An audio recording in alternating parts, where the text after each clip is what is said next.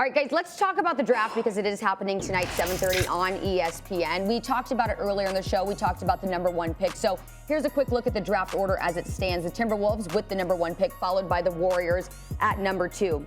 So, Max, what should the Warriors do with their #2 pick?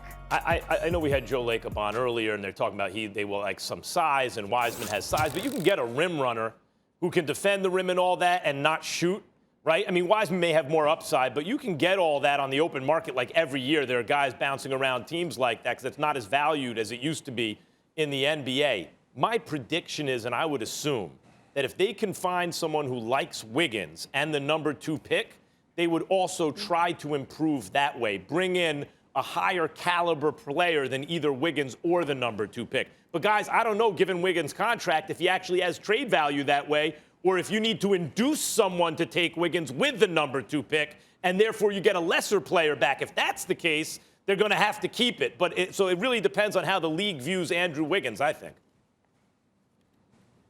Here's my thing. I think it's definitely Wiseman, and I'm going to tell you why.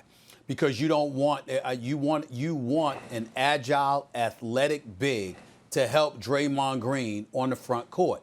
Your backcourt is set with Clay and Steph, as hungry as those Lions are. The show that they're going to put on, you don't need another guard. You don't need Halliburton. You don't need Anthony Edwards. You don't need LaMelo Ball. What you need is an active big that can defend, rebound, and patrol the paint defensively to take some of that pressure off of Draymond Green. Sure, he could play the 5 for you when you want to go small, but what you really want Draymond to do is be able to play the 4, knowing that he's got a big man backing him up that can block shots, rebound, and dare I say, score in the post, particularly in one-on-one situations, because how the hell you going to double down low? You can't leave Steph and Clay open on the perimeter. You gotta key on them, which leaves your big man in the post as a weapon. And by the way, they never had a weapon in the post.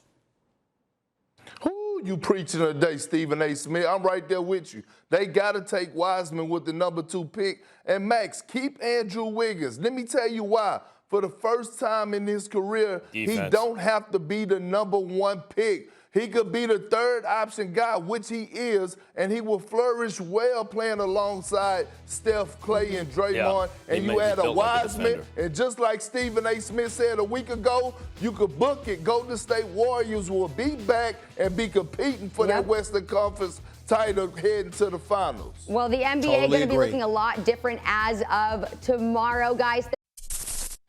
Thanks for watching ESPN on YouTube. For live streaming, sports, and premium content, subscribe to ESPN+.